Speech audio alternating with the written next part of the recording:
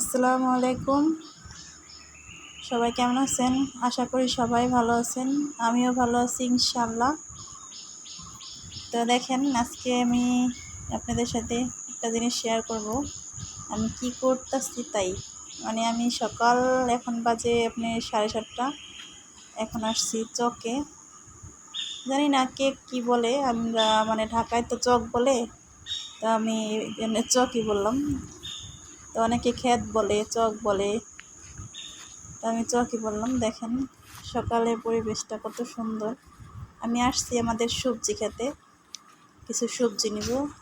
আসলে ফরিদপুর এরকম নিয়ম, সকালবেলা গরম ভাত তরকারি রান্না করতে হয়, আর দুপুরে খায়, আর রাত্রে বিকালে আবার গরম রান্না করতে হয়।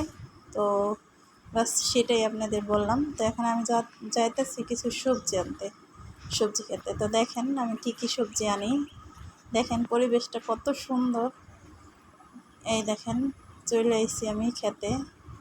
এটা আসলে এখানে আপনার আছে কুমড়া আছে, তারপরে শশা ক্ষেত, ধুন্দুল, 4-5 রকমের সবজি আছে এই খেতে।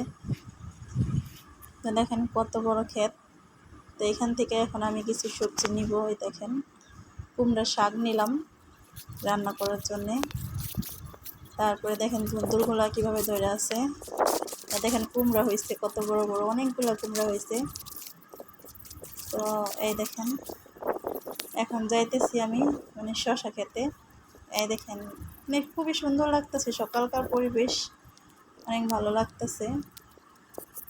এই দেখেন ধুন্দুল ধরে আসতে কীভাবে। এই যে শশা ছিললাম আমি কিছু, শশার ক্ষেত পুরান হয়ে গেছে, এখন বেশি ভালো না, শশা সুন্দর না, কিন্তু এই দেখেন আমি কী কী ছিঁড়ে আনলাম।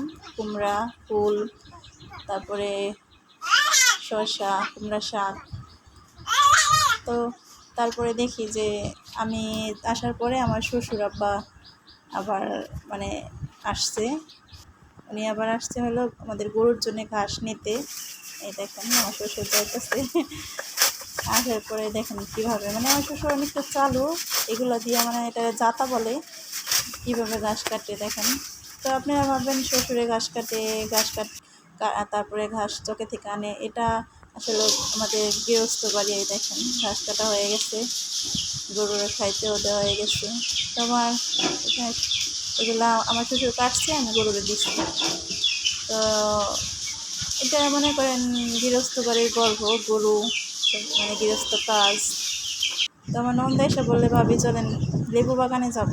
তো ভাবলাম চলো যাই লেবু বাগানে।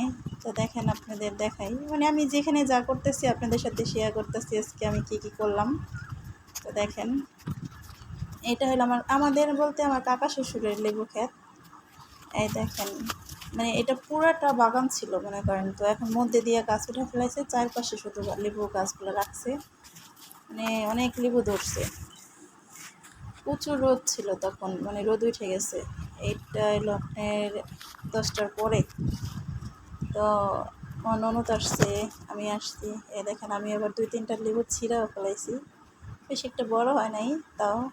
তো সবাই বলে দেখেন যে লেবু গাছে লেবু ধরে, তো আমি দেখি আর নারকেল গাছে আম ধরছে।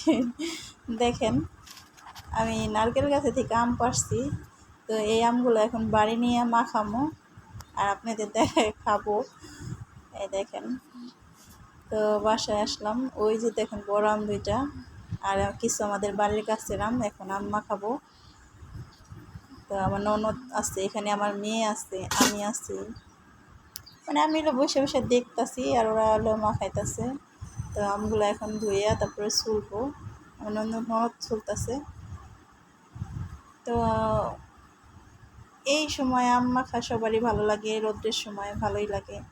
আর গৃহস্থ বাড়ি আমাদের, মনে করেন জানি না আপনারা কী ভাববেন। তো আমাদের এই সমস্ত কাজগুলো আমাদের অনেক ভালো লাগে, কারণ আমি প্রথম এগুলো পারতাম না, এখন শিখে গেছি। আমার শ্বশুর শাশুড়ি আমার সব শিখাই নিছে। তো দেখেন আমগুলা মাখানো হয়ে গেছে। আপনাদের কাদের কাদের ভালো লাগে গ্রামের পরিবেশ অবশ্যই বলবেন।